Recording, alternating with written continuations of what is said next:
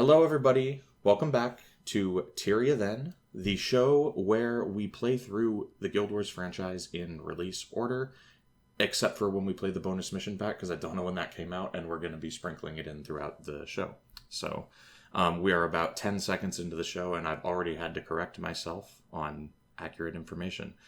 With me, as always, is Miko. Hello, everyone. And I am, of course, Aaron. I am piloting the warrior, also named Aaron, in Guild Wars. Miko is, of course, playing a ranger. Yes. Who I shoots. like how you refer to yourself as Aaron and I have to. I have to, because people will call me that if I don't. So if I do, it heads them off. Yeah, it heads them. Right. People won't do it if I refer to myself as it. They're just like, "Why are you doing that?" And then I tell them, and it's just a infinite cycle of repetition. Me calling myself Aaron and explaining why.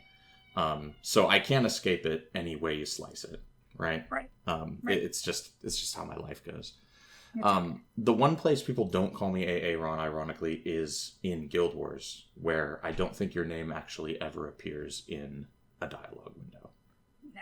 I'm probably wrong, but it seems that way. I don't think I've ever read my name, because I always find it jarring in games when I read my stupid character name in a dialogue window. They add it in the subtitles, I think, but they don't actually ever have the voice actors or... Yeah, in the subtitles in the cutscenes. Yeah, that's it. It'll say Aaron, and then my terrible voice acting, which, oh boy, do we have some bad VO this episode. I can't wait. But you know what I really can't wait for? I can't wait to tediously add it all into the show edit. No, it's actually not. It's not that hard. I've really been doing that. I think that's that was a viewer suggestion, and I think it is a good one. No, it is. It's not that hard to do. I was really scared of doing it because I was like, "Oh my god, this is gonna be a pain in the ass." And then I did it, and it was actually absurdly easy. So, very good suggestion from the viewers to splice in the VO, because it's great if they can follow along, right? Can you imagine if our viewers had to be like, God, I really want to hear that VO. I guess I'll have to play through Guild Wars Prophecies up to... I will say that in the last episode, when I listened back to it, our imitation of the bad voice acting was actually pretty spot on. Yeah, no, we got really close. It's a bit of a sad indication of our nerdiness, I guess. Well, and where we're heading... It's a good thing that we're... maybe we should be voice actors. Here's the thing. ArenaNet. Hire us. There you go. They just announced another expansion for Guild Wars 2. These people need voice actors. I know. Tyria then is just out here doing ballin' voice acting for free. What are we doing? We need to be... Yeah. We need to be submitting resumes to make me like a side character. I'll be someone in Guild Wars 2. They would never do that. I think you have to be a member of like the voice acting guild to even get like professional gigs. The Screen Actors Guild. Yeah, and then I think you have to interview with Steve Bloom personally to be able to do anything on Guild Wars 2. That's what I've been told. By whom? NDA. Signed an NDA. Can't talk about it. Right. Okay. Yeah. Got it. We have a show to start, don't we? We do. So what happened, Miko? It's time for we should have some theme intro music, because it's time for Miko's plot summary. Miko, what happened on the last episode? In the last episode of Tyria, then we played through the Aurora Glade mission, where we went to go and we had to go first and take out the demagogue, right? That was the guy that was annoying us because we thought he was a bit of a pushover.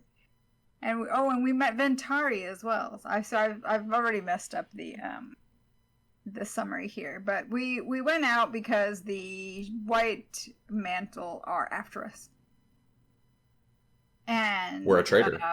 We are traitors. Yes, we did go and kill the Justiciar Hablion in episode 9. When we met him at the Bloodstone Fen. He tried to mock us, so, we cut him. And so now Confessor Dorian has sent his boys after us. And they're an entire army. So we went and started teaming up with the Shining Blade. We're really good at changing our allegiances ever since Rurik died. It's true. And no, we change hands at the slightest indication. Yeah. we have no one to tell us who the bad guys are, so we're trying to figure it out on our own. That's how I'm trying to look at it. Aaron is literally just like a ever in motion projectile that you must steer in the right, like towards whoever you want him to hit. He's perpetually in motion, and he is a unstoppable object. He must simply be directed. Right. So in our direction with the Shining Blade, they sent us out to try and warn various people in their organization. And we went out first to Ventari's refuge and out in the Ettin's back. And we met a pacifist centaur, Ventari, who's very... what do we call him? He's a bit emo, kind of hippie looking. He's like he's like a liberal hippie with a 2009 scenester haircut. Yes. He's got it like swiped over one eye. Yes. He looks like he would be at home at like a My Chemical Romance reunion concert. Wearing Birkenstocks. So yes. 100%. Yes. He owns a pair of Doc Martens for sure. Absolutely. To go with his Birks. So, so Ventari's out there. He's like, hey, man, no, I cannot join in your war, even though our counselor Valar of the Shining Blade is like, no, we really need him on our side. And Ventari's like, no, you people don't understand. Killing is killing, and more killing is bad. But your White Mantle friends are now surrounding my refuge, so you can go and kill them.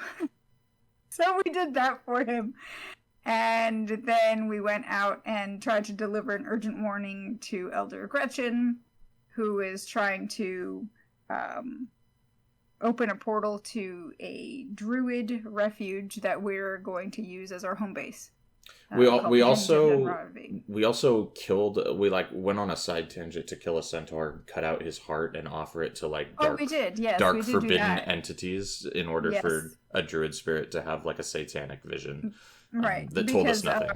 Because our friend Deeproot sent us out to find our druid friend Dark Oak, which on this little side quest, and Dark Oak was supposed to tell us who the traitor is among the Shining Blade.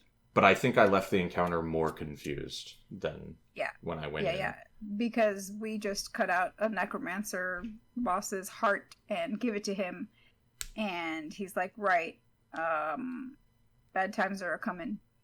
There were lions and feathered entities. It was Carrion Crow, I think, is something I don't even know. Devouring the world. Yeah, it was nuts. Yeah. And Deeproot is like, whoa, this is really, really good stuff. But he still is not really clear on who it is that is going to betray the Shining Blade, or who is betraying the Shining Blade. So he's like, I'll talk to Avenia. She'll know. I'll call her. I'll call her. Yeah. He'll do another voodoo ritual with another alive beating heart. What gets me is that he thinks that Avenia, who is a monk, I believe that's her profession, is also a diviner, and I'm like, okay, sure. She'll be able to explain the druid trip, because Dark Oak was not a ninja. He's actually just a druid hanging out in the forest. So yeah. So we then went and ran the Aurora Glade mission, where we had to attune to these different thorn pedestals ahead of the White Mantle. But they're like, hey, we'll let you catch up. We won't, outrun you. And then that opens up the portal. We get into Denravi. We kill another guardian. And Avenia is like, hey, cool, let's go check out our new home. And the cutscene has this eerie voiceover. Yes. That creepy, one might say. Very, very creepy, eerie voiceover that tells us that also, in the chapter. Also hilarious. Yes. So we've got someone who says that all is as they have foreseen, and that a new chapter lies open for Tyria, because the page is turned and the conflict is going to begin in earnest. So whoever this is, they liken themselves to a, I don't know, visionary, prophet, they're having trippy visions. Maybe they're hanging out with the druids, and they're seeing things. That'd be fantastic. That'd be fantastic if, in an alternate version of Guild Wars Prophecies, the narrator of that scene was Deeproot. Right. And Deeproot is actually, because like that person is like in the game. Spoiler, they're like a significant figure. It's Deeproot the whole time, guys. No, it's not. Right. But that would be fantastic. So that's where we left off. Episode 10. We're basically shit's about to get real, but we're not finding out yet. First, we've got to go and play through some more content. And we spawn at the Henge of Denravi. Yes. What this place is pretty neat. Mm-hmm. It looks cool. Yeah. It's got a lot of like cool points of interest is how I describe them. Mm-hmm. There's like a cool fountain. It's got like water spouting up out of it. It's like a big vine flower thing in like the town square. Mm-hmm. And how this place is described in the last episode is that it's literally where the druids used to live before they like phased out of existence. So it's empty now. So it's like a druid city. Right. It's pretty big. Mm-hmm. It is categorized. You can tell how things are categorized by their icon on the map. This is categorized the same as like Ascalon City or Lion's Arch. It's considered a major city hub, and it is absolutely empty. Yeah, it used to be. Yeah, it does not really work as a major city hub. Mainly because the optimal flow of the game that most players are going to take, so they can like level up and get their maxed out armor, they're never going to go here, right? Because in Prophecies, you do not have to play through the story in order to get to places. So most people are going to get to Lion's Arch, and then they're going to go straight to Draknar's Forge, which is a city where you can buy level 20 maximum rating armor, and then they're just going to like play the game from there, right? Yeah. So yeah, this never really worked out as a major city, even when this game was like the only entry in the Guild Wars franchise, and a lot of people were actively playing it. This was always an empty hub city. But it looks cool. There's like a viney little dock and boat on the river that I thought was pretty neat. Yeah. And did you go like, if you go up and around the outside path, there's like this little cliff overlooking what looks like viney druid apartments. I'll put a picture of it up. Yeah, that's cool. Yeah, and it's like you said, it's big like a city, and the services they're very spread out in here. Which, it's a bit of a jog to get from, like, for example, your Zoomlight chest to the merchants. Yeah, because the merchants are all condensed, but then the Zoomlight chest is miles away. This is, of course, fantastic. Yeah. And the coolest point of interest, I think it's one of my favorite points of interest in, like, any city in Guild Wars, is this, like, giant hollowed out tree that's like, it's like an amphitheater, kind of. Yeah. It looks like you'd have like rock concerts there. I guess that's where like the druids would gather and do their druid stuff. It looks very cool. It's a very cinematic. Moots. It looks it's a moodish looking location. Absolutely. Yeah. And then there's also there's all the slew of merchants that you'd get at a hub city here, including an armor vendor. And I already have better armor than is available at the vendor. Yep. Per the armor discussion that we had last episode. If you are for some reason joining on episode 11, go back and listen to the rest of the episodes. Get filled in. We have a 10-minute discussion on farming armor pieces last episode. Yes. So yeah, the useless armor vendor, and then the weapon vendor had a hammer that was 1 damage better than my current one that I bought all the way back in Lion's Arch at like level 10. Yeah, that's unfortunate. I paid 1 platinum for this 1 extra damage hammer. Yeah. So I think I'm a sucker. Well, you'll get a little bit more damage out of your hammer bashing. Well, it had a 15% damage while in stance modifier on it. And I'm a warrior, so I've got sprint. Sprint is a stance. Yeah, so I just spend a little bit of extra energy to use sprint while I'm in combat, and my hammer does more damage. Nice. Yeah, so it's it's kind of a good acquisition. I'll take it. But the audacity of charging one whole platinum for a weapon that is not even max damage. Right. Henge of Dinravi, what are you doing? Economically, what are you doing? Did you enjoy any of the vendors at Henge of Dinravi? I checked out the armor vendor, but he didn't have anything better, so I just ignored. I didn't even check the weapons vendor, to be honest, because I just pulled out. I think the bow that I've been using lengthens poison duration, and it's one that had dropped for me on a different character eons ago, and it was sitting in my bank, and I was like, oh, that would be good. I've got poison. I can do stuff with this. So I've been rocking that for a while now. Oh, sweet. Poison stuff is always nice. I always like poison ranger builds. The classic burning poison massive health degen build. More of a PvP thing, but also efficient for killing like bosses in PvE, right? Because bosses get health regen.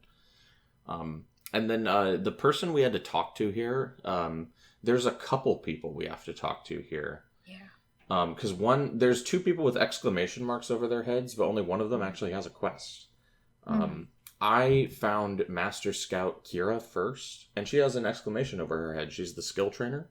You talk to her, and the exclamation disappears, and she does not have a quest.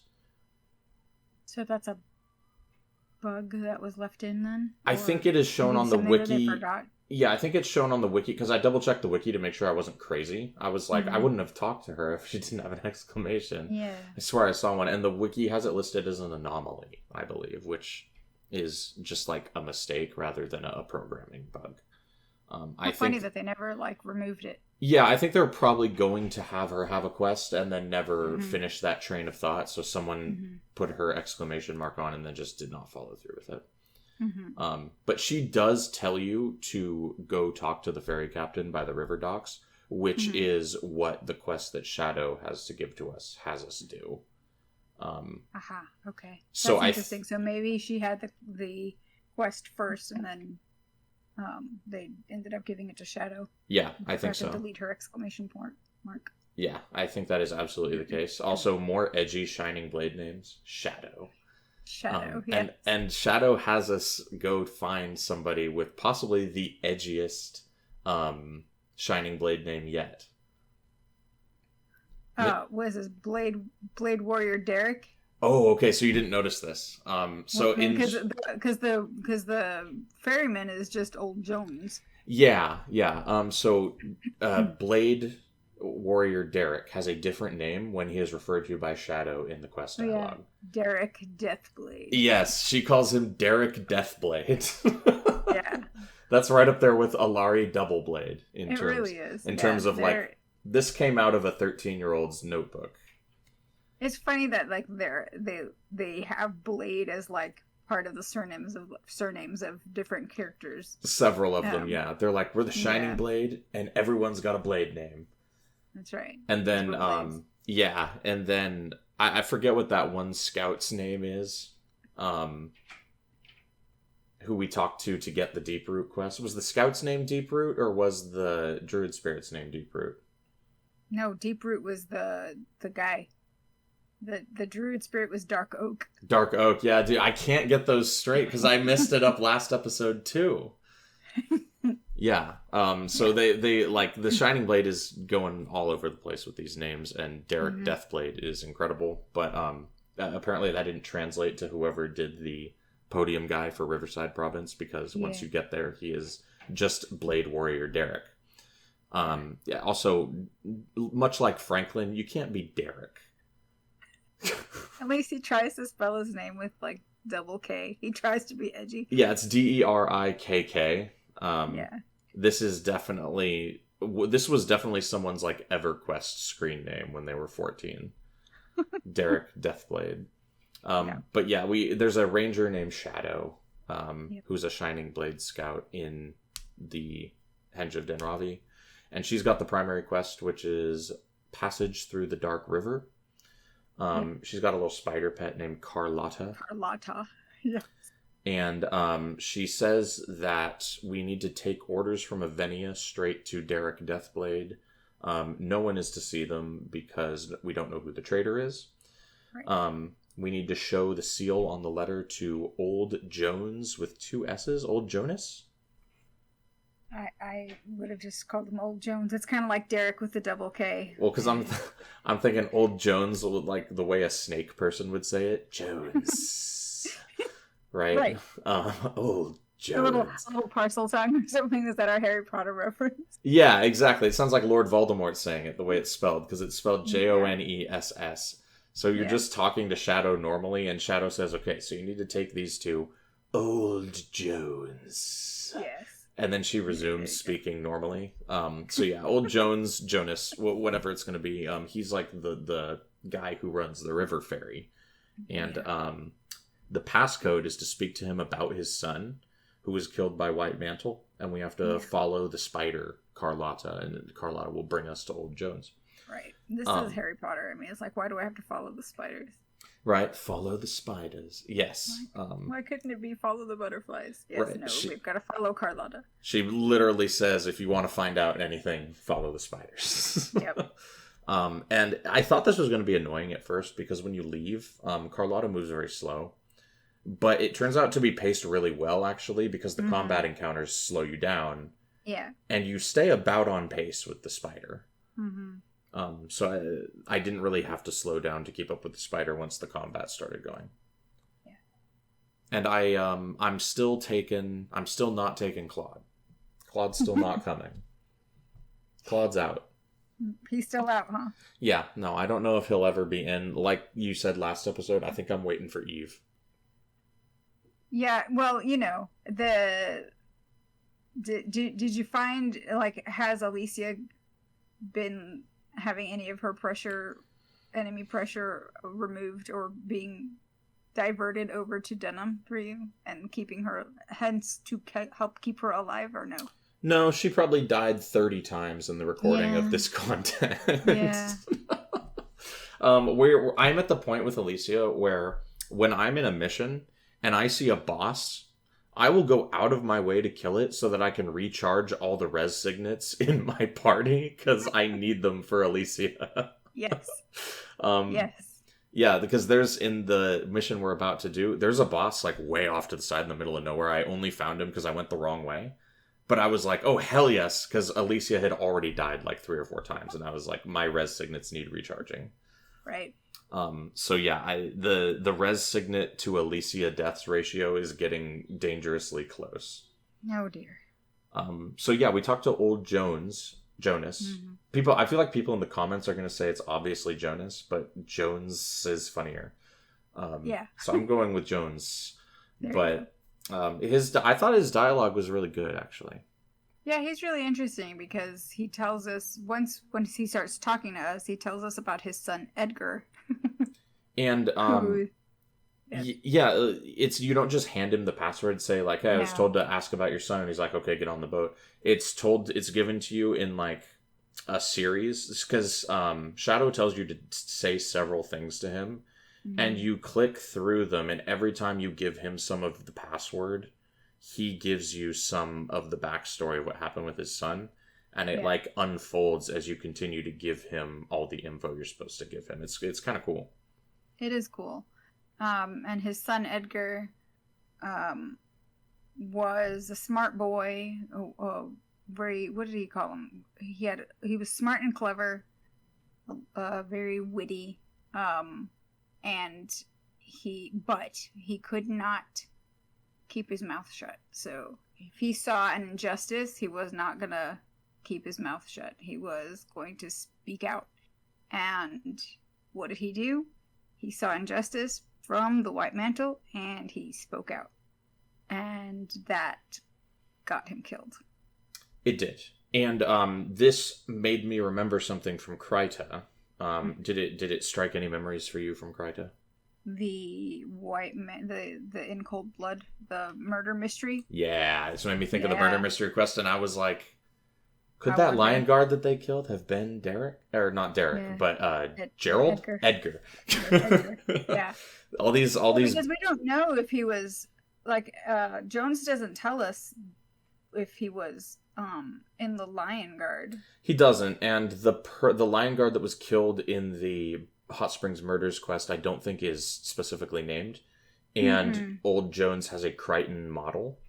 Yes. So I was like, I did like some wiki. Yeah, I did like some wikiing just to see if it was like meant, if sharp observers were supposed to notice that that's the same person. But they are not directly connected, but it's perfectly feasible that it could be.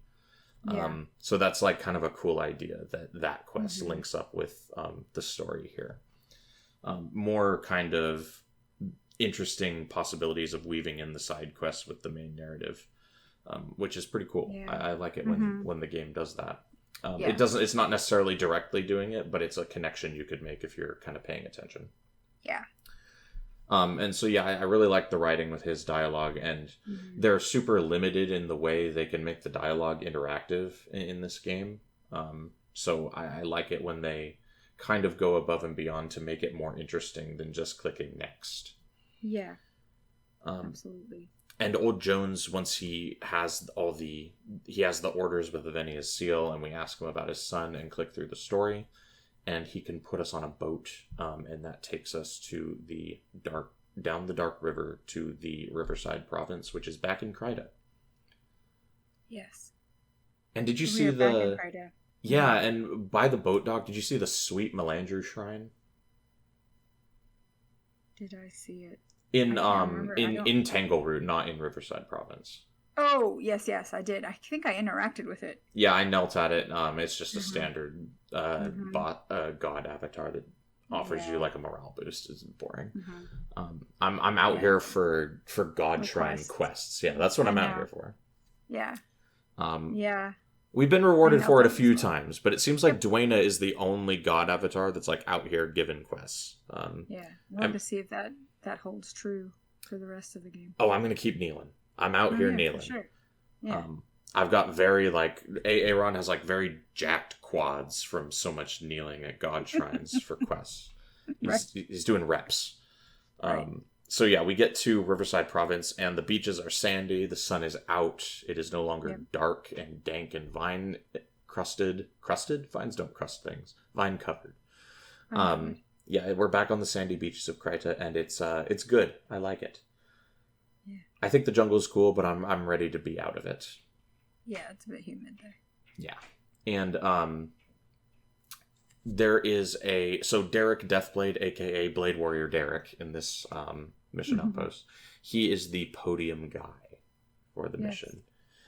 And he I don't know if you noticed this while you were clicking through the dialogue, but he is mostly there in case you have not been paying attention to the story at all. Because we can ask Derek a lot of stupid questions. Yeah. Yeah, he's like, we've had a taste of victory. This is sweet. Yeah, this is our moment. Let's go. Let's take out the White Mantle and get our own back. Because why? Because, they've been killing our people. Exactly. We can just keep asking him why. Like, when a toddler just keeps asking you why. Oh, why? Yeah, we can ask him, why would I want to attack the White Mantle? Like, we can just ask him really dumb shit like that. Yeah. And, so he's kind of there just in case you haven't really been paying attention, or in case you were, like, exploring Kryta and you showed up here and you missed the whole jungle.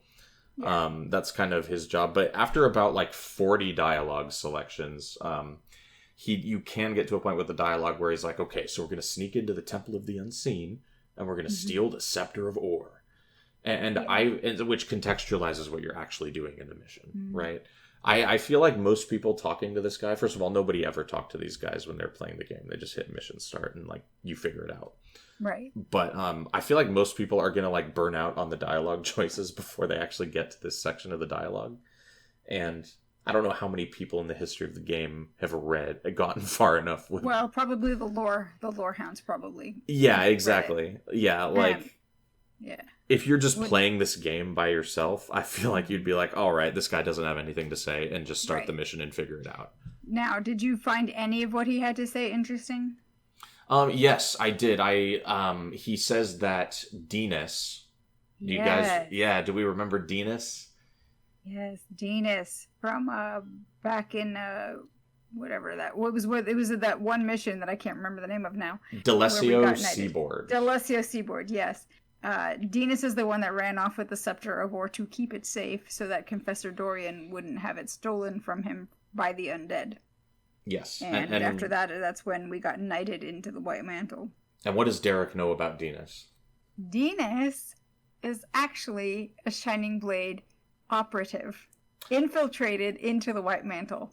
He is, yes. There's a lot of like double agents and traitors. Oh yeah, I kind of like it. I was like, what? This was a cool moment because I didn't remember that. I didn't remember it either before. Yeah, I didn't remember probably it either. Because I didn't talk to Derek when I first played this mission. It's a very buried piece of information. Yeah, and you'll figure it out in the mission because you meet up with him. But like if I was just if I was just playing through this when I was like in high school, I wouldn't even have noticed or made the connection, right?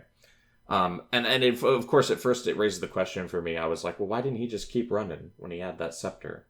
Right. But it's possible that he wasn't yet working with the Shining Blade at that point, right? It's possible that he was like, oh, well, I'm never going to make it out with the scepter alive. I might as well maintain my cover. Mm-hmm. So there's a few reasons why he might not have tried to make off with the scepter, right? So I can kind of buy that. Sure. Especially with the famous Aaron coming after him. He was like, I don't want that cold motherfucker running me down. He just killed every dwarf and centaur in the Shiver Peak Mountains. Yeah. So yeah, I feel for my man Venus here. But he's got the scepter once again. Yes, he does. And you seem to trust him with it. Yeah, he's got it at the Temple of the Unseen, which is different from the Temple of Tolerance. Not the same temple. Right. Yeah. And we'll figure it out once we get there in the mission, but the Temple of the Unseen is the location of the cutscene from Bloodstone Fen, where Dorian is like sicking the White Mantle on us. Mm-hmm. I also thought it was interesting that back at Druid's Overlook, before we did the Wilds, Justicar wanted to like send an army of White Mantle to burn the jungle down, and they were like, we're not doing that. And then, like, 2 missions later, the White Mantle are like, we're totally doing that. Yes, like, forget the undead, we're going after the traitors. Yeah, 100%. Yeah. So I like to think that Justiciar Thomas is over here, like, feeling vindicated. He's like, I told you. I told y'all. Maybe if we did this when I said so, this never would have happened. Right. So yeah, my man Justiciar Thomas getting his vindication in the Aurora Glade mission. Yeah, but sure. We don't hear from him again until much, much, much later when he is a Eye of the North dungeon boss. So this mission, fuck this mission. Okay, Riverside Province. What upset you about this mission? This is my new most hated mission, I think. Because why? Well, let's do a rundown of missions that like annoyed the hell out of me. I think I didn't care for the missions in the Northern Shiver Peaks, but they were fine, right? Right. I don't think I minded it. The Crichton missions were all real easy. I hated the Wilds. Yeah, you did. And I thought the bonus on Aurora Glade was stupid, but otherwise it was fine. So I think the Wilds is currently the contender for like my most hated mission. This is worse. Okay. So the bonus, mainly the bonus for this mission. The bonus is what makes it longer. The bonus is absolutely cancerous. So the bonus for this mission is that what's her name? Sadra, who is I like her disguised as a monk. Yeah, she is disguised in this mission, and she's become a different person. She's been like magically transformed by a wizard into something that like just a utterly different, like no amount of like disguise makeup could achieve this look. So yeah, and like, also she's out there like masquerading as a bald monk. Yes, and I think it's a unique model. I don't think anyone else in the whole game looks like this. Yeah, I don't think so. I'll put a picture of it up on the stream. I'll like hop in the game and get a screenshot. But yeah, I did notice that she looked completely different because I know what Sadra looks like. We've seen her before so far. So I like came around the corner and I was like, "That's who?" So yeah, we start this mission. We'll get it. I'll kind of contextualize the mission so that we can get into why the bonus is so awful. But you start, and I was so thankful that we were back in like the sunny, sandy ocean side of Kryta, and it's immediately nighttime in the mission, so it's back to like full Depression Core gaming. But you start out and you just like kind of hang like a right around this corner, and Sadra's at the entrance to this little compound, and she's like, "Psst, hey you, hey, yeah, I'm stealing stuff. I'm a thief. I'm a smuggler." She would like your help. She needs your help to get weapons. Yeah, they've got like wagons of weapons, just wagonfuls of freshly smithed castle forged steel weapons. Yeah. And Sadra's gonna steal them, but she doesn't have a crew to pull off the job. So we're it, obviously. She knew we were coming by. Yeah. And she's like, "I'm a thief, but I need you to do everything." So she's gonna wait with the supply wagons while we take out all the guard towers that could possibly see her while she takes the supply wagons to the dock. Right. So the bonus is to kill every guard tower on the map. Yep. Now, as a reasonable person, I'm thinking, all right, what's that got to be? Like 3 or 4 guard towers, right? Probably 3, maybe 4 max. There are 8 of these motherfucking guard towers throughout this mission. And they are not easy to take out. No, because the guards are up on the tower, and you cannot climb the tower. You cannot climb the tower, but I would say like 6 out of 8 of these towers have a cheeky spot on the bottom where melee can hit the watchtower guard. Yeah, where your line of sight skills can actually pew pew upwards and hit. Yeah. So I was actually able to attack most of these guards with my hammer. Nice. Little Tom was not as good at figuring this out as Aaron was. So Little Tom would walk up to the tower and stand there and bash his forehead against it. Nice. In a berserk rage, but an utterly ineffective one. But Orion can reach him. Yes, Orion can, Reyna can, Dunham can, and they're my primary damage dealers anyway. So that went well. Actually, I think I am the primary damage dealer because at level 19 in this mission, spoiler alert, I am level 20 now. But at level 19 in this mission, I'm much higher level than the henchman, so I hit absurdly high. I have a hammer, which is the second highest damaging weapon in the game. I'm routinely pulling like 100+ damage numbers on like low armor targets. Yeah. Especially against undead who have a weakness to crushing damage. I routinely hit undead for like 135 damage. But yeah, my backline henchmen do a lot of damage. But how long did this mission take you to do with the bonus? A long time. I was a in long here time because the watch towers are not only, I mean, they've got the guards up there. There's 2 guys always on each watchtower, but they can, because they're high up, they can see you coming or hear you. And then they call in their friends who are out on patrol to come and guard the tower.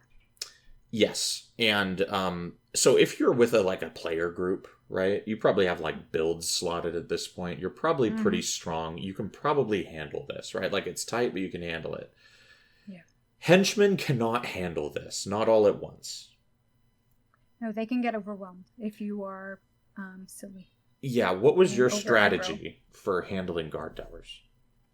So I tried to flag the henchmen away so that they wouldn't go, and I would try to pull part of a patrol and then unleash the henchmen to kill them.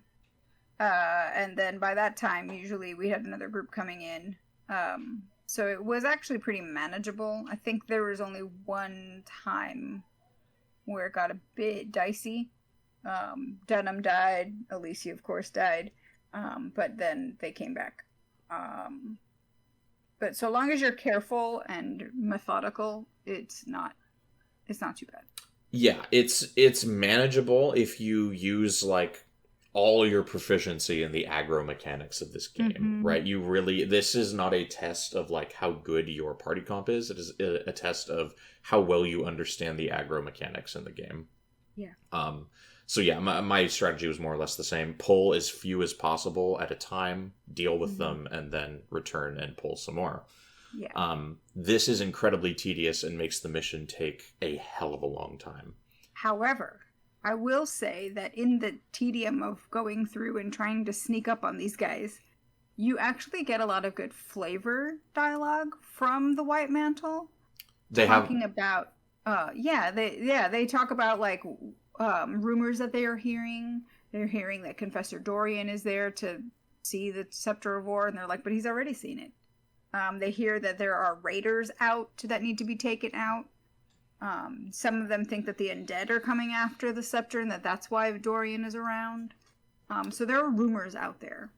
Yeah, and I really like the flavor of having the undead present in this mission as well, because the justification for not doing what Justiciar Thomas wanted and sending an army into the jungle was that they'll get overwhelmed by the undead in Kryta. Yeah. And now that they've done that, they've got the undead like lurking like 10 feet away from their temple, right? I don't know if that is what the designers are trying to communicate with the undead being in the mission, but I felt like that was the reason undead are present in the mission, to be like, hey, they mentioned that this would be an issue, and now it is. Right. So I thought that was pretty cool. The boss that I killed in this mission to recharge my resurrection signets was an undead boss. And Which one was that? It was some dude off to the side. I can't remember. Yeah, he didn't have a very interesting name. I did encounter some good bosses in the next mission, but no real fun bosses in this mission for me. I encountered an undead boss called Damus the Malignant, and he was a Necrid Horseman. I think that might have been... No, I don't think I did, because the boss I killed was an executioner, I think. Oh, okay. So yeah, I don't think I ran into Mr. Malignant, unfortunately. Right. Mr. Malignant. Mr. Malignant. So yeah, these watchtowers, they probably got about 10 to 12 guys that you have to kill per watchtower. And you have to do that in like 2 to 3 different pulls.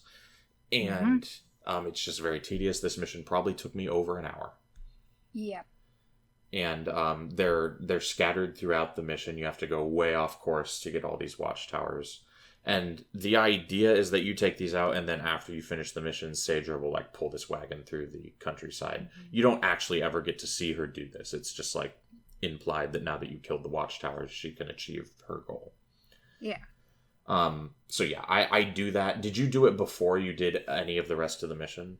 Yes. Same. I was like, I'm gonna read the wiki and I'm gonna follow that, because it'll make the path of having to run the scepter out to the escape point on the escape route that much easier. I won't have to stop and fight. And it also makes the cutscene like laughable, because after you steal in air. Yeah, after you steal the scepter, it shows like this posse of White Mantle. They're like, we're gonna get him. Be on high alert. Nobody gets out. And then you're just walking through an empty like countryside with the scepter. There's no one to stop you. Well, it was hilarious because it's got that party that shows up after Dinas gives you the scepter. And they're like, yeah, we're gonna take him out. And I was like, oh no, they're gonna take us out. I'm gonna go out and take them out. Yeah. Did they attack you? No, they did not. Yeah, they did not. Yeah. They did not. They were just kind of like, doop-de-doo, I'm just going to walk back and forth here. And you could walk straight up onto them and like smack them. And they'd be like, oh, what are you doing here? I don't think I even fought them. Oh, I killed them all out. I might have killed them all. I can't actually remember if I did or not. Yeah. I do actually have, so we were talking before the episode, we were like, were there any new enemy types in this? I don't know if there were. Have we talked about hill giants yet? Yeah, I wrote those down. I couldn't find them in my notes until just now. Yeah, same. I didn't have them on the main show note doc, but I had them in my personal notes. There's hill giants, and they look like giant goblins. Yes. Like the classical fantasy goblin. They just look like really big ones. Yeah. They've got like horns. Mm-hmm. They're level 20. They've got a stomp skill that has that annoying knockdown. Yeah, the return of giant stomp. Yep. The most foul enemy skill that exists. So annoying. Trumped maybe only by Spectral Agony, which we'll encounter very soon. Not very soon. Soonish. But hill giants exist. So giants are a thing in the Guild Wars universe. They're in Guild Wars 2, they're in Guild Wars 1. There's several varieties. These are not the last giants that we're going to experience in Guild Wars 1. So, very cool. I did run into hill giants in the Villainy of Galrath quest, but I don't know if we talked about them during the episode. I don't think we did. Yeah, I think they were on the cutting room floor of my notes, and I realized after. But yeah, hill giants. They look cool. I've probably already put a picture of them up on the screen, and we get to fight a couple of them in each of the missions we do. Apart from doing the bonus, you basically just weave your way through the countryside to the Temple of the Unseen. Again, the unseen ones are like the gods that the White Mantle worship that we still don't really know that much about. Yeah. There's some White Mantle there's like optional White Mantle in the temple. You don't actually have to fight them. Like you can go around them. Yeah. Which kind of lends itself to the sneaking flavor of the mission. I chose the genocide route for this mission. I did as well. Like, I don't think there is a White Mantle left after this. Like, I don't think the White Mantle as an organization, I think, has been completely fucking destroyed. Now, did you run into two NPCs, one called Grimnalt and the other one called Jonas? I did. Yeah, I really like these guys. Did you talk to them? Or did you go and overhear them? I watched them talk, and then I talked to them after, and they don't really have anything to say directly, but you can listen to them talk. Yeah. And it's a really cool conversation, and I have a theory about what inspired this conversation. Okay. Do you have a theory about what inspired this conversation? No, because I saw them up on the hillside and went, I want to go and find those guys. And after I'd, annihilated all of the White Mantle, I went back to find them and they were gone. Or I couldn't find them again. Oh, okay. So did you get to listen to their conversation? No, I was really bummed. So I had to go to a wiki. Oh, okay. So they have a back and forth about whether or not the Scepter of Ore really exists. And they start going back and forth about it, and he's like, well, Ore is a real place. And he's like, well, of course Ore is a real place. That doesn't mean the Scepter of Ore exists just because Ore is a real place. Right? And they continue going back and forth in this vein, and they kind of just reach an impasse. And it reminds me, it's like a very similar conversation. It's not word for word, but it's very similar to, if you've seen the movie Pirates of the Caribbean, when at the beginning of the movie there are two Royal Navy guards, and they're like discussing whether the Black Pearl is a real ship. Yes. And I'm pretty sure this conversation, if not a direct reference, is inspired by this conversation in Pirates of the Caribbean. Because in that movie, they talk about like, the Black Pearl isn't a real ship. Oh, but I have seen a ship with black sails. Oh, you've seen a ship with black sails. Right. And it's the same flavor of thing. And that movie came out in 2003, and this game would have been pretty far into development in 2003. It was like lines up. So that's what I suspect, is that scene in that movie inspired this dialogue. But yeah, it's a funny dialogue. I liked it. It is, yeah. And kind of a nice little, not so much an Easter egg, but it's like it's there if you wanna walk over to them and see what's up. Because they're two named NPCs, so they are going to attract your attention if you're like interested in dialogue and seeing what there is to actually see, rather than just bulldozing through the mission. So your plan was to talk to them after, and then you did the temple, and then they no longer had anything to say. I couldn't find them. They were just gone. I searched all over, so you'll see if you when you go through my footage, you'll be like, what is she wandering around about? I was trying to find them. It's funny, I almost did the same thing, and I was like, what if they're not there after the temple?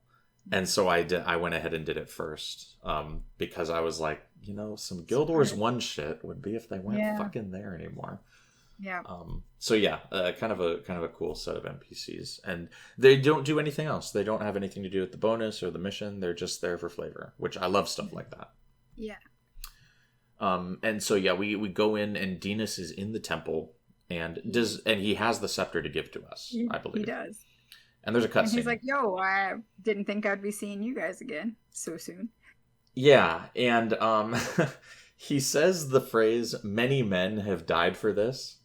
And Aaron looks over his shoulder at just the mountain of dead White Mantle, and he's like, "You've got that right, bud." Right. Like, Dinas means like people in the Shining Blade. I'm like, dude, the many men have died at my personal hand for this. So yeah, kind of a funny dialogue from Dinas. The inside the temple, there's like a crazy looking like purple stone door that's got like red glow coming off of it with like purple stone steps going up to it. Yeah. The only place in the game we've seen this kind of architecture so far is in the Temple of Tolerance in the Delesio Seaboard mission where we originally met Dinas. There's some of these purple stone pillars in that temple. So the White Mantle seem to like having this purple stone stuff at their major temples. And there's like this red glow coming from behind the door. It looks really mysterious. You can't open it. So I don't know what's going on there. We'll have to keep playing them. Maybe we find out. Exactly. Yeah. And so Dinas hands us the scepter and he's like, you guys got to get to the dock. Yeah. And I like how he says, I'll show you the quickest escape route. And it's like literally a slog by all of the watchtowers. So it's not actually quick. And it's not actually an escape route because it's very heavily guarded. We've taken out all the enemies first, so it's a breeze for us, but it's because we've already slogged it. Yeah. So yeah, Dinas not incredibly helpful. Yeah, I know. And then after we talk to Dinas, the cutscene cuts to like all these different White Mantle, like being like, oh let's get them, let's get them, boys. Posse of 5. Yeah, I did count there. 5 guys. There are 5 of them, and You thought the White Mantle dialogue was pretty bad in the cutscene at the end of Bloodstone Fen. They're doubling down. They're doubling down on on just the like corniest voice dialogue, and like weirdly like poorly recorded voice dialogue for these White Mantle soldiers. It's almost like it doesn't quite fit with the rest of the game audio. It feels off. Yeah. I'll cut some of it in here so that we can listen to it. But yeah, it's so bad. The scepter of all, it's been stolen. The thieves are heading east toward the Ulan River. They won't get far. After that, we have to jog across. We do find a guard that is basically blocking our path. And it's a boss. Who did you get for the boss? Oh, I already killed him. I killed, like, when when I did the guard towers, I went over and I killed him too. See, I was going to, and then I was like, wait, what if this messes up the mission? What if this breaks the entire mission? Yeah, what if I, like, fail the mission because I've killed this boss too early, and I'm like, I'll leave him till later. Right, because I figured he was going to be a pushover because the guy that I had was a monk. I was like, he's not going to fight. I had a Mesmer guy, and yeah, he's by himself, if I remember correctly. And what I like about the White Mantle bosses is they're just human beings, right? But they're giant. They're massive. They're like 8 feet tall in comparison to like the scale size of the player character. Yeah, maybe they've been hanging out and taking stuff off of that bloodstone. Maybe those unseen gods, maybe there's a little something more to that than just wishy-washy nonsense. Maybe. But yeah, these White Mantle bosses are just like massive human beings. I didn't write down the name of the boss because I didn't find it very interesting. Yeah, I didn't write mine down either. And I killed him very, very easily. Yeah. So yeah, the challenge part of this mission is definitely if you elect to do the bonus and want to take out the watchtowers. Otherwise, it's not very combat intensive. Mm-hmm. Kind of polar opposites. The bonus, extremely combat intensive.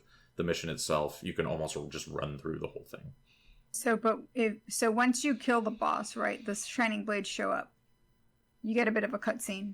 And the Shining Blade essentially cut the bridge while the White Mantle are shown as like, hey, we're gonna get you guys, yelling at you, but spamming the slash roar emote. Yeah, that guys. And they can't do anything because you've got to cross this rope bridge, and the Shining Blade have cut it. Yeah, and it shows the bridge like fall down into the chasm, and there. Now, what was funny is that in my cutscene is that they cut the bridge, and Dinas, who is the last guy across the bridge, crossed in air. Oh, I thought you were going to say he didn't make it. And I thought he was just stuck with the White Mantle. He's not going to make it, and they're going to kill him. That's what I thought. No, Dinas crossed over just fine on air. because the bridge had already fallen away when the AI caught up, and he just crossed over anyway in air, and it was really funny. I didn't even notice that Dinas came with us. I thought we just left him at the temple. Nope. No, he followed us the entire time. Oh, I didn't even notice that. I wasn't paying attention enough to see Dinas. And he follows us quite slowly, because I was like, do I need to like keep him alive or something? I mean, it's not like anyone that is around here to kill him, but like, do I need him to like successfully accomplish the mission? But yeah, he does escape with you. Okay, gotcha. New theory, Dinas is one of the unseen ones. But my man's got secret powers. Didn't see him. Yeah, there you go. But yeah, we meet up with Avenia and Saedra. And Saedra, and so Saedra is there, and she's no longer in her disguise. No. So I guess we are to assume that while we were stealing the scepter, she ran her wagon train through the countryside. Right, and ditched her disguise. Yeah. Doesn't really make sense having Saedra be there if you saved the combat with the final watchtowers until after you steal the scepter, because then like when did the bonus happen, right? Mm-hmm. So a little bit of a disconnect there. But Avenia says that she struck a deal with somebody named Vizier Kilbron. Yes. And that if we give him the Scepter of Ore, he will show, quote, she's very vague, he will show us the path to victory. Yeah.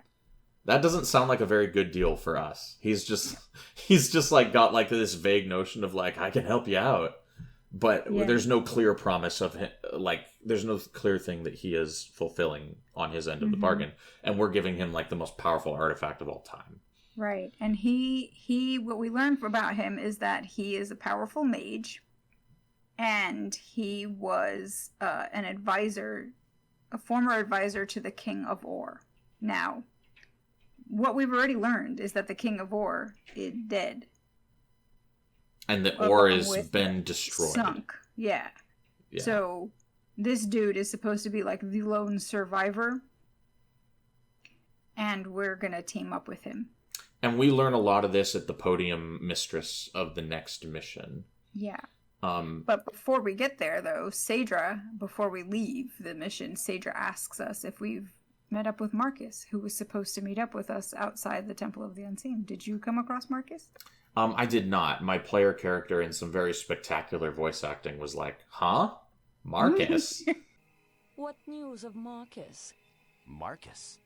Why would we have news of him? He didn't meet you outside the temple? No, we knew of no such plan. Yeah, I didn't know about this plan. Yeah, and she's like, huh, maybe he'll catch up with us later. Yeah, Saedra is literally just like, Yeah. Chin stroking her chin, and gazing off into the distance. So the name Marcus's absence has been noted, and there's been talk of traitors about, and I think the player is supposed to be thinking and making some connections here. Well, and we keep hearing about, there's a traitor amongst the Shining Blade, and we're like, amongst the inner council. Yes, amongst the inner council of the Shining Blade, and we're like, we're gonna have to like find out who this guy is. And Marcus, Marcus is one of Avenia's like right-hand people. Mm-hmm. So conspicuous in his absence. Yes. So we'll find out. We'll find out a little bit more about Marcus in the next mission. Yep. And we finish the mission, and we spawn at an outpost called Sanctum K. Yep. CAY. Correct. I don't know why it's called Sanctum K. I don't know why either. I don't know what the significance of K is, but it's called Sanctum K. And it's like a beach with a dock. There is a podium woman, and there's a boat. Yep. The podium woman is Paulina. I finally understood my message now that you said that there's a dock. Because she's our podium gal, but really she's the pier gal, because she is standing at the pier. Pier. Pier. Miko was trying to figure out what one of her typoed notes meant before the show, and we decided it was gibberish. And mystery solved, folks. Live on the show. Right. Except not live at all, because you guys get this about a week after we record it. Right. Yeah.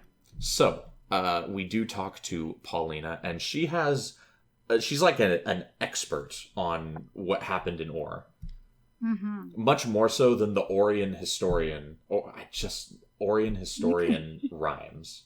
Orion historian, the guy who was out in the Gates of first Kryta mission. Yeah, Gates of Kryta. Thank you. Outside of Lion's Arch. Yeah, who had pretty much absolutely nothing. Yeah, who had pretty much nothing to say about Or. Paulina is the real Orion historian. Also, if I ever produce an album of music that is about Guild Wars, it is going to be called Orion Historian. There you go. Side note. But, yeah, Paulina knows everything there is to know about the collapse of Or. Mm-hmm. I don't know if in this game it is specifically described as sunken yet. Because she uses the term blast. And she does call it the Cataclysm, which is what it's generally known as.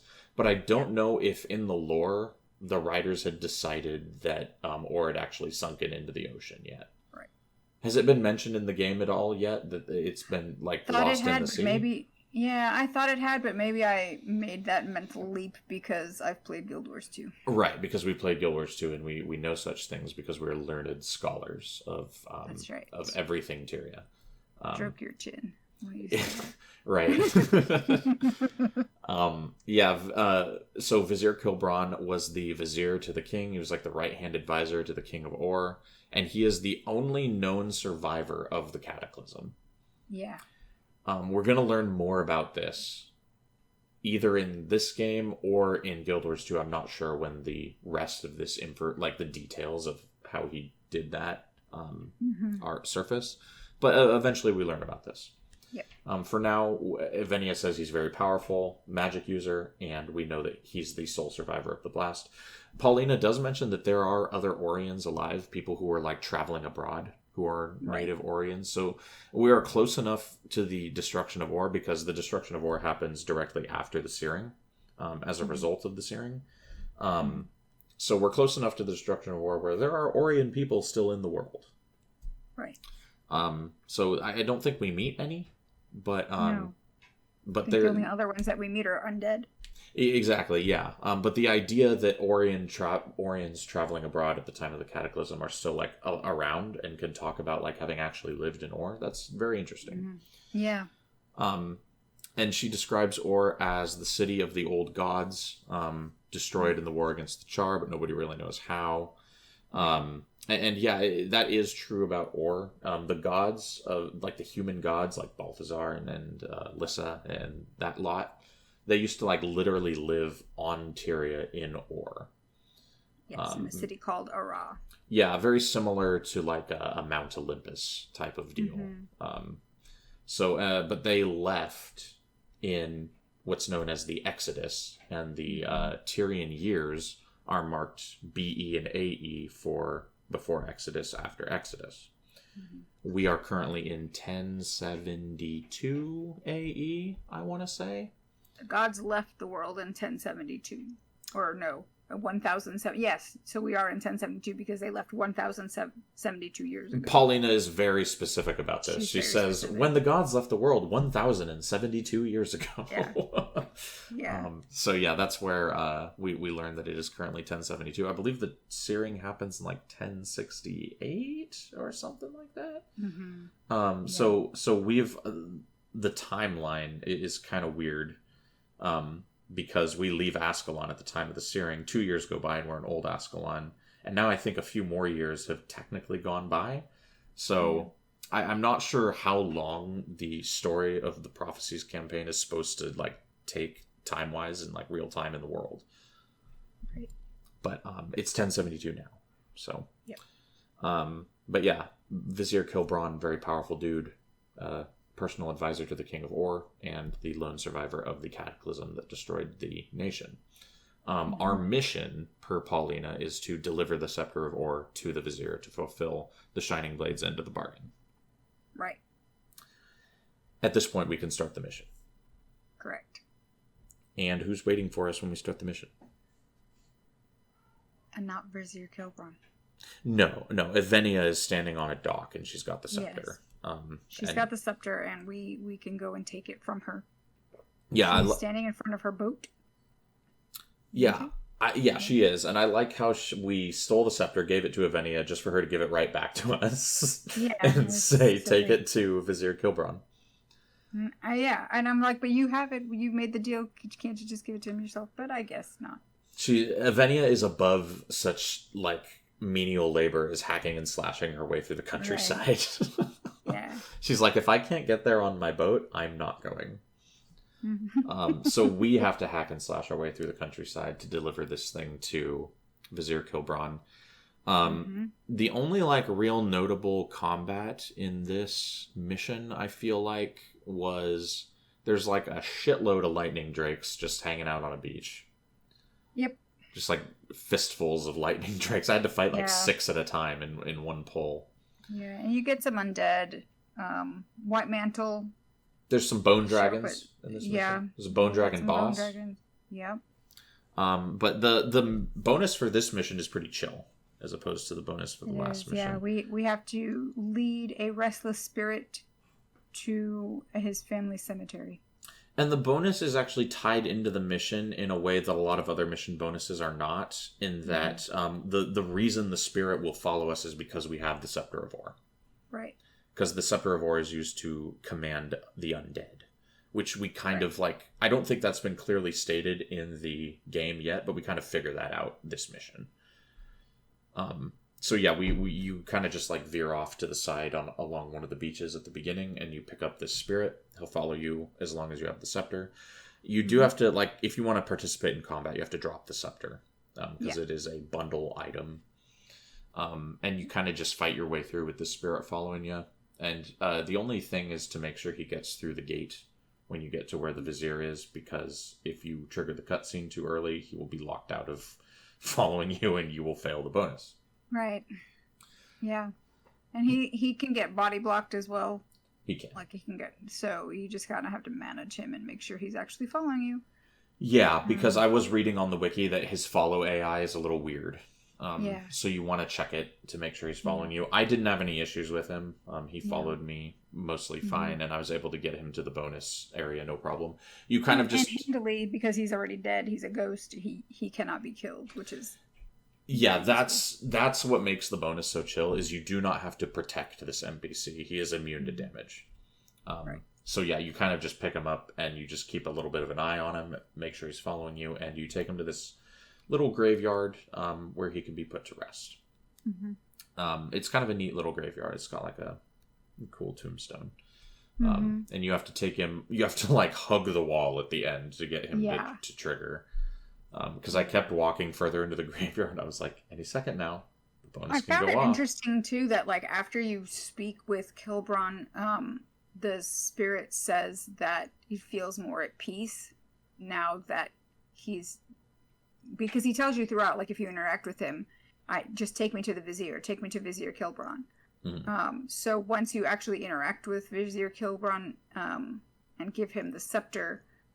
The spirit tells you that he feels more at peace because Vizier Kilbron was able to kind of pacify him somehow. And I think a lot of that has to do with the magic of the scepter. But yeah, he says, "Take me to the Vizier." This ghost not very talkative. When you pick him up, he says, "I will follow the Scepter of Ore. Take me to the Vizier." And then after the cutscene, you do have to talk to the spirit again to get him to follow you again. Yeah. And he's like, the Vizier has helped put me at peace. I will follow you. Yeah. Right? So that not much dialogue in the bonus here. Pretty easy to do. But as far as the main mission, you hack your way through just a crap load of undead. Yeah. And you get to Vizier Kilbron. He's waiting for you at this little monastery. It's described on the wiki as a monastery. It's like a compound. It's got a gate. It looks kind of like a village. There's just a bunch of undead. I guess that would be the sanctum. Yeah, something like that. And you get to the Vizier, and you can give him the Scepter of Ore, and a cutscene triggers. What's your opinion? And you can go either way on this. I'm not out to judge anyone. What's your opinion on the voice acting of Vizier Kilbron? It's a bit questionable. I think it is not bad. I think the accent is overdone. Oh, for sure. And I think that's where I find it questionable. It's it harkens back to if we want people to identify baddies or questionable characters, let's give them an accent that is different from our own. Yeah. From the ones that we think that the players will be using themselves. Yeah, I would like to draw attention to the hyper absurd deliberateness with which he rolls his R's. Yes. It's very clearly a fake accent that somebody's putting on. Because he just the R rolling, nobody who speaks with an accent where you naturally roll your R's talks like this. A sight for sore eyes. One of the greatest treasures of my now ruined home. But while being reunited with the Scepter of Ore should be a cause for celebration, the events of today have saddened my heart.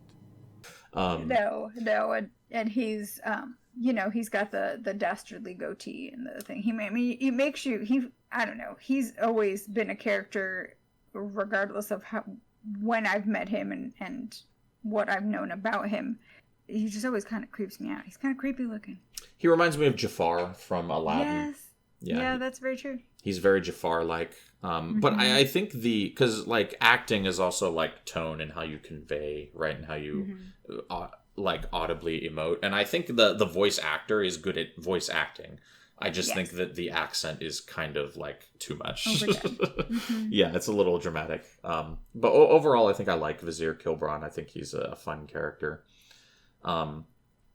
He's got a lot to say. He does.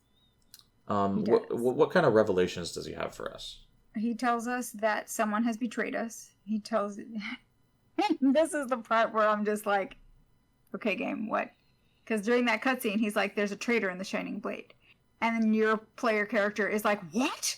What do you mean there's a traitor? And I'm like, bro, we've been learning about this traitor for 17 million missions right now. I was like every single one.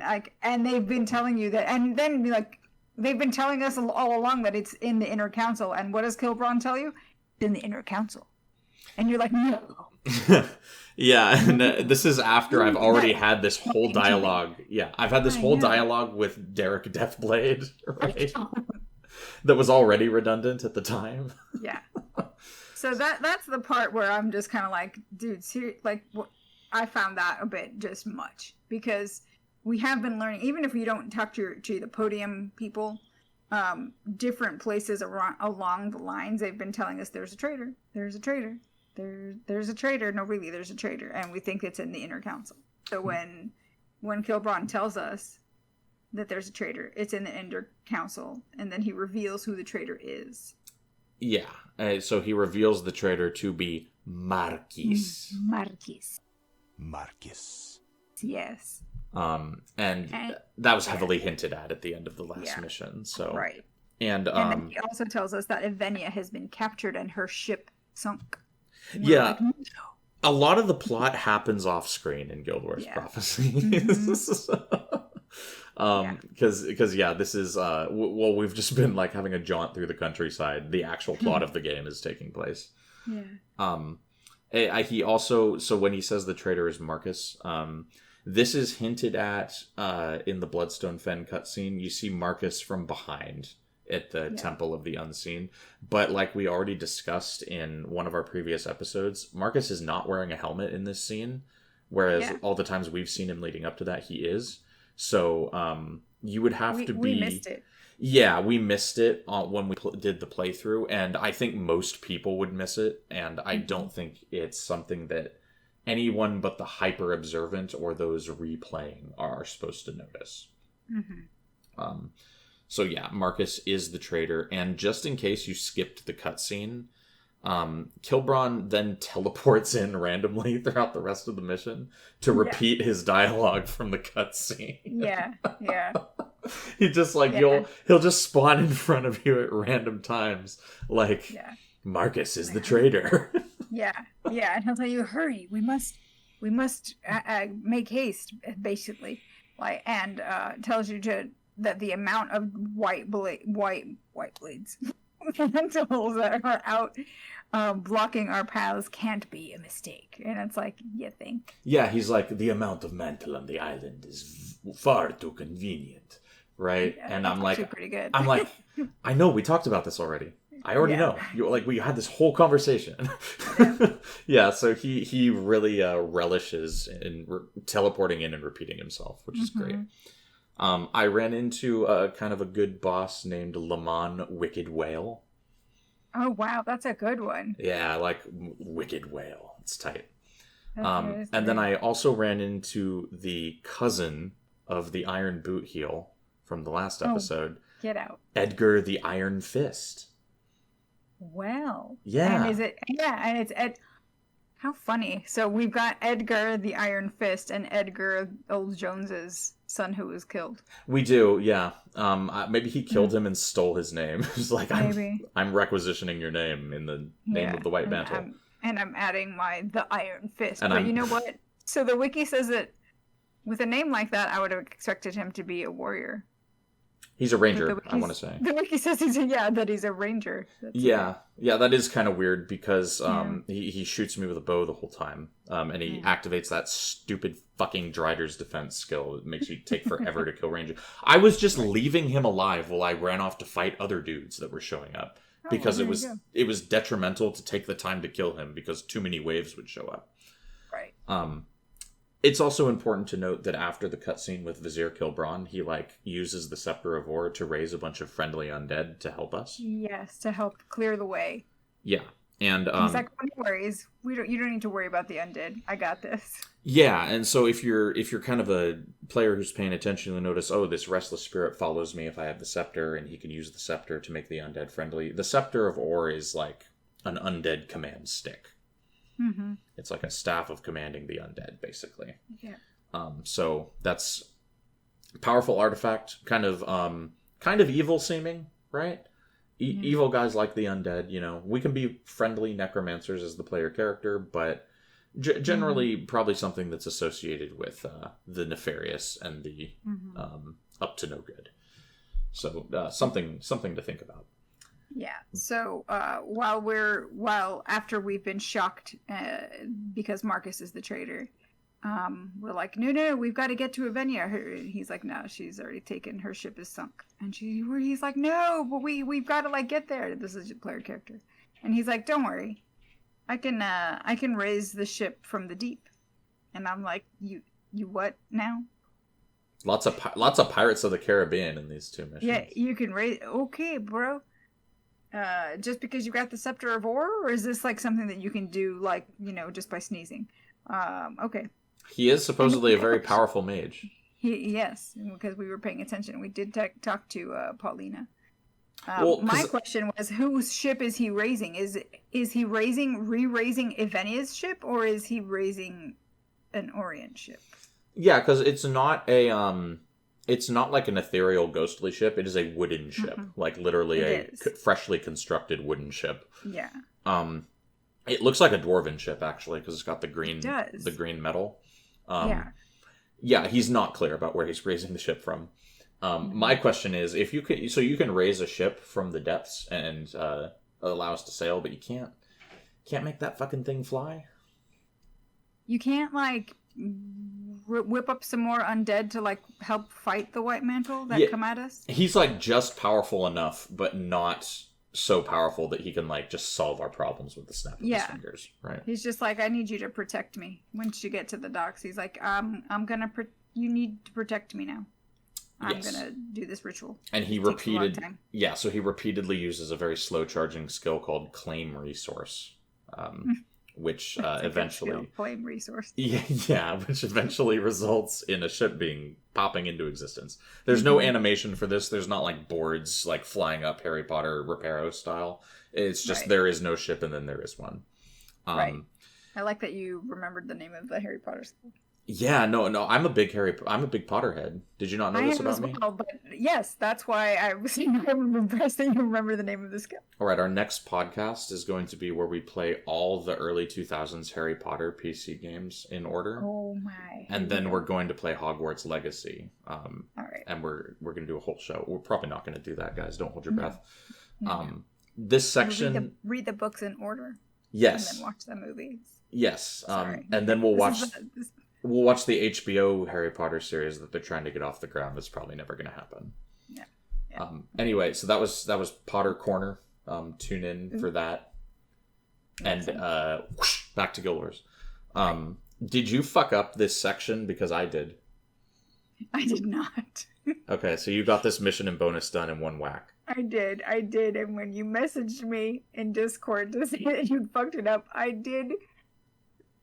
I'm not gonna lie, I did kind of laugh. Because I was like, no, you just had to... Did you not get a pop-up on your screen that says get on the boat? Here's the thing. I'm sure when I review the footage, I will see the pop-up.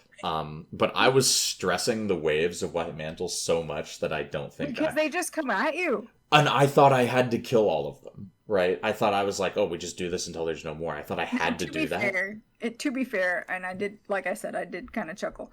I remembered that we had to kill all of them as well from the first playthrough. So when it said get on the boat, I'm like, but I'm still fighting. Like, I have to get on the... Okay, I'll get on the boat now. Yeah, they're gonna come after us. I figured I had to kill everyone, so they're coming like 2 at a time. So I'm like, okay, I can do this, right? Then the boss shows up, Mr. Iron Fist, and it takes too long to kill him because of his defensive skills and regen. Yeah. So I have to ignore him and just keep killing the spawns of 2 that are showing up. Right. And then if you get far enough into this, you'll get sandwiched by simultaneous waves of like 8 guys on each side. And if you are a player with henchmen, you cannot win this fight. It's unwinnable. No. And so I'm just sitting there watching them come in, and I'm like, Maybe that's why I remember having to kill them all, because I probably did with like friends or heroes. Well, so at this point, I'm like, oh fuck, I gotta get on the boat. So I figured, like, okay, this is the game telling me this is where you run away. I don't know if I can't remember if I didn't make it far enough onto the boat, or if I didn't think of getting on the boat until it was too late. But did he shell off without you? No, I think I ran over to the boat and nothing happened, and then I ran back and thought, well, I guess we're fighting, and then everybody died and I failed the mission. Oh, okay. Yeah. The mission was very easy to do the second time through, and I didn't need to do the bonus because I'd already finished it. Right. So I just kind of banged it out. And it was weird because my first time through the mission, Alicia died like 10 times. My second time through the mission, it was a breeze. No one died at any point. Oh, wow. Yeah. Well, there you go. I don't know what the difference was, but... So yeah, I completely flubbed that section and paid for it dearly, and I had to lose 20 minutes of my life that I'll never get back to repeating the mission. Because you had to redo the entire thing. And yet I still hated Riverside Province infinitely more. Yeah. Because, like, this was my own stupidity, right? So I'll eat that one, right? I'll take that one on the chin. Riverside Province is just bad game design. Because here's the thing. I know we're done ranting about watchtowers, but like if a player does 3 or 4 of these watchtowers, they've mastered that like thing that you've set, that challenge that you've set up for them, right? Yeah, there is 9 is a bit excessive. There is no reason. I don't remember if it was 8 or 9 that's in there, but there is no reason to have to do 8 or 9 of these towers, right? That's just obtuse. So yeah, bad mission, Riverside Province. Sanctum K, good mission. I just did it badly. Now, once we get on the ship, right? We've successfully completed. We get on the boat, and Kilbron has more information for you. He tells you that the land is too hot for you to handle, basically, because the Mantle are coming after you. They got Marcus, they got Avenia, the Shining Blade are done. That's it. Yeah, so off-screen, the entire organizational structure and personnel of the Shining Blade has been either captured or killed. Yeah, he's like, they're broken and scattered. Yeah, so again, the major plot of the game has happened off-screen while we were, like, giving a guy a stick. And, getting on a boat. What's his solution to this? He says, so he's like, they're scattered, they're likely heading into the Shiver Peaks, and the player character is like, to the Shiver Peaks! And he's like, chill. He's like, chill, the monsters there are level 24. You're like, not ready yet. You're not ready yet. And he's like, no, it's futile to go up against a foe you can't beat. And then you're like, no, but then all's lost. He's like, no, my friend, do not despair. And he tells you to go to the Crystal Desert and to do something called Ascend. Because why? Because you, my friend, are chosen. And then he tells you to seek out the prophet and gain the gifts of true sight. And then I'm like, well, actually, I'm not chosen because they killed the chosen on the Bloodstone, and I definitely wasn't one of them because the eye didn't like me, so I am not chosen. But I feel you. But we're going somewhere called the Crystal Desert. We've never heard of this place. Don't know what this is. We don't know what Ascension is, but he's like, go and get ascended, and then, and only then, can you come back and take the White Mantle out. Yeah, so... and we're like, okay. Yeah, and he mentions the prophet. And, I guess the whole deal here is Ascension will somehow empower us. He says we'll get the gift of true sight, which is supposedly what the Eye of Janthier does, right? We'll find out what true sight is and what it actually does when we have it's it. It's a power of crystal. I'm telling you, it's just a power of crystal. It's like playing Mario Brothers. Well, yeah, we're gonna do the famous Mario Kart mission in the Crystal Desert, and we'll drive through the question mark boxes, and we will gain the gift of true sight, and we will shoot it at the player in front of us. No, and then we will win. Yes, and then we'll win. We will get ascended though. We will obtain true sight, and it does it does something story wise that doesn't actually exist gameplay wise, if that makes sense. But for the sake of the story, it's cool. And then we spawned at Amnoon Oasis. Yeah. I like the name. Oasis. Yeah, I like the name Amnoon, just like I liked the name Mamnoon in the Mamnoon Lagoon. This is Amnoon, one less M. Same name, one less M. And it is an oasis rather than a lagoon. Mamnoon Lagoon, Amnoon Oasis. Oasis. In the Crystal Desert, not in the jungle. Yes, and if we pull up the map, where on the map are we? We're in, like, Egypt. We're in the middle of nowhere. Like, we're way south of Ascalon. We are way to the south and east of Kryta, where we took the ship from. We are way east of the Maguma jungle. And it's a sandy desert, like dunes, sandstorms, rocky crags, that type of deal. Yep. More bleak brown, but this is a lighter shade of brown. Yeah, it looks kind of like the Sahara Desert. From what I've... like the things that I've seen with the Sahara Desert in it. I've never been there. But yeah, like your classic type of African desert kind of is what this looks like.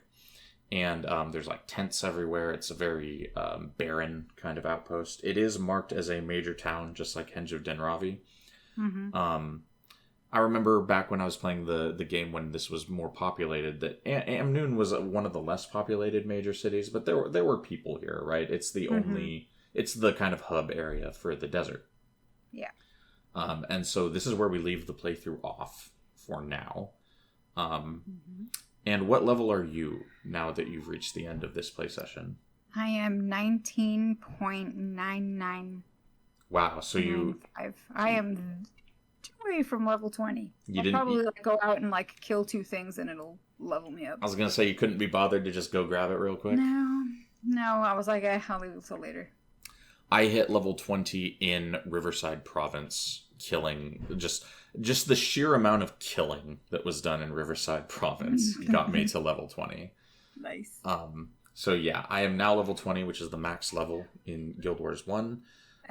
But it is not the end of character progression. So we've got a couple quests that give extra attribute points in the game.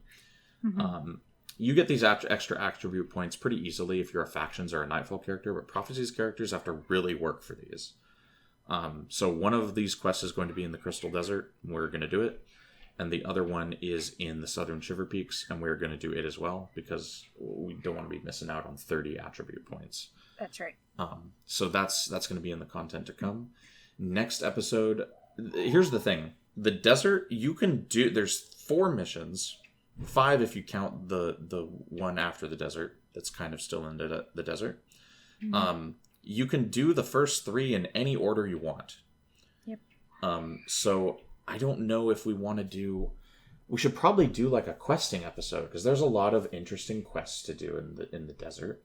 There are, yeah. So we might do another like side quest episode, actually, and kind of go see what there is to see, and maybe like 1 mission, and then we'll do another episode with 2 more missions, and then a final episode with the last 2 desert missions. So we might be doing like 3 episodes in the desert. There we go. It's a pretty significant area. It's very cool, like story-wise, very interesting lore in the desert if you care to look for it. And just some like, there's some side quests, and we haven't had a lot of side quests recently. Deep Root is kind of the only side quest giver in the whole Maguma jungle. Yeah, he was very memorable. Yeah, and so we can kind of make a return to side questing. So I think we'll do, next episode, we'll do some side quests, and we'll like pick out a mission and do that. So look forward to that content, guys. And Miko, where can people find you on the internet? You can find me at Inky Sticks anywhere. Anywhere that social media exists, that an internet footprint can be made, you are going to be Inky Sticks. Inky Sticks, yes. All right. Here's what I want you guys to do for me. Okay, I want you guys to go on Twitter, X, as it's now known, and follow the account at Tyria now. Go do that. Do it right now. Pause the show. Go do that. And if you're watching on YouTube, go ahead and click the subscribe button and press the... People say that you should press the bell. I don't know why, That's but right. Go ahead and do that. Get notifications when new episodes come out. That's the one. Yeah, do that. If you're listening on Spotify or Apple Podcasts, hit whatever their version of follow is. Follow. Yeah, do that. And listen to every episode that comes out. That's that's what I want you to do. If you're on the audio only platforms, I think you can leave reviews, right? You can. You You can. You can like rate us. You don't even. It doesn't even have to be 5 stars. Rate us what you actually think the show is. I challenge you to come up with a reason why the show is not 5 stars. That wasn't a good idea, was it? Tell us why it's a 5-star. And if you're on YouTube, Tell us you like us. Yeah. Yes, bingo. And if you're on YouTube, leave a comment. Yes. We reply to them. We like to chit chat with you guys in the comment section. Mm-hmm. So do all that stuff, all that interactive stuff, and we will keep making episodes. And you will see us in 2 weeks' time. This is going to go up on Monday, June 10th. The next episode is going to be Monday, June 24th. So look for us on the 24th, and we will talk to you then. Bye, guys. Bye.